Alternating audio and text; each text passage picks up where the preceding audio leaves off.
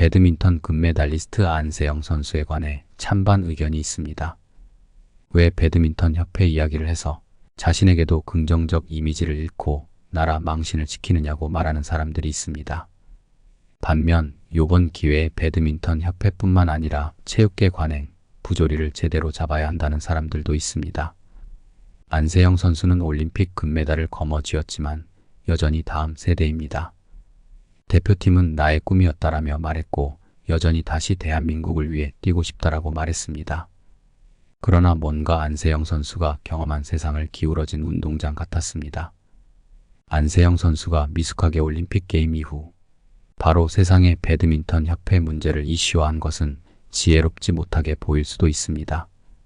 그러나 자신에게 스포트라이트가 켜질 때 왜 안세영 선수는 배드민턴 협회에 관해 입을 열었을까요?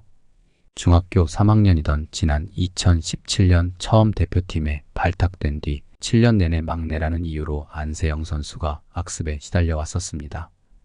무엇보다 안세영 선수는 대표팀의 나이 제한, 부상, 관리 시스템 등에 대해 협회가 전향적으로 나서야 한다고 강조했습니다.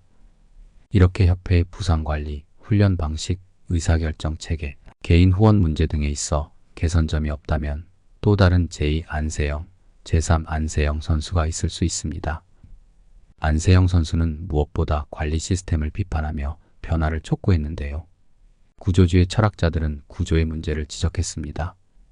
즉, 근본 요소들 사이의 상호관계 위에 정신적, 언어적, 사회적 구조가 만들어지는데 이런 구조에서 특정 개인은 영향을 받을 수밖에 없고요.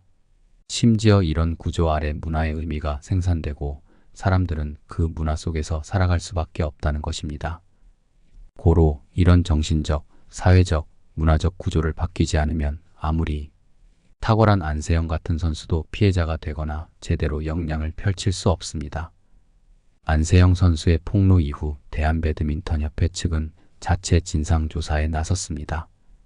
다만 진솔한 대화를 나누는 시간이 있기를 기대한다라던 안세영은 조사에 응하지 않았는데요. 여전히 협회의 진상조사는 정당한 절차를 밟지 않았기 때문이었습니다. 안세영은 문화체육관광부에서 정식으로 이사회 의결을 거치라고 했는데 협회가 바로 오라고 해서 이게 맞나 의심이 많이 들긴 했다. 정식 과정을 거치면 협회 진상조사에 출석할 용의가 있다라고 말했습니다. 여전히 협회는 이상한 구조를 가지고 한 선수를 대하는 듯 했습니다. 교회는 어떨까요? 여전히 상하 구조이고 기성세대 중심입니다. 그런 가운데 다음 세대는 사라지고 있습니다. 인구 절벽이라 다음 세대가 없다고 하지만 학교, 학원, 키즈카페, 놀이공원에는 다음 세대가 넘쳐납니다.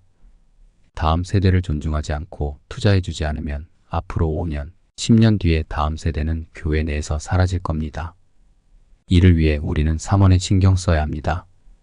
첫째, 자원입니다. 다음 세대를 특별히 지도할 목회자, 교사, 섬김이를 양성해야 합니다. 인기 학원의 각 과목에 특별 전문 선생님이 있습니다. 그냥 아무나 가르치게 하지 않습니다. 교회도 다음 세대 전문가를 양성해야 합니다. 둘째, 후원입니다. 자녀를 키울 때 5%, 10% 재정을 사용하지 않습니다. 전적으로 투자합니다. 맞습니다. 다음 세대를 위해 재정 사용에 인색해서는 안 됩니다. 셋째, 지원입니다. 다음 세대가 뛰놀 공간을 지원해야 합니다. 예배 시간대를 잘 선정해 주어야 합니다. 에어컨, 편한 의자, 다음 세대에 필요한 것을 지원해 주어야 합니다. 이렇게 3원이 없는 교회는 앞으로 다음 세대가 머물지 않게 될 것입니다.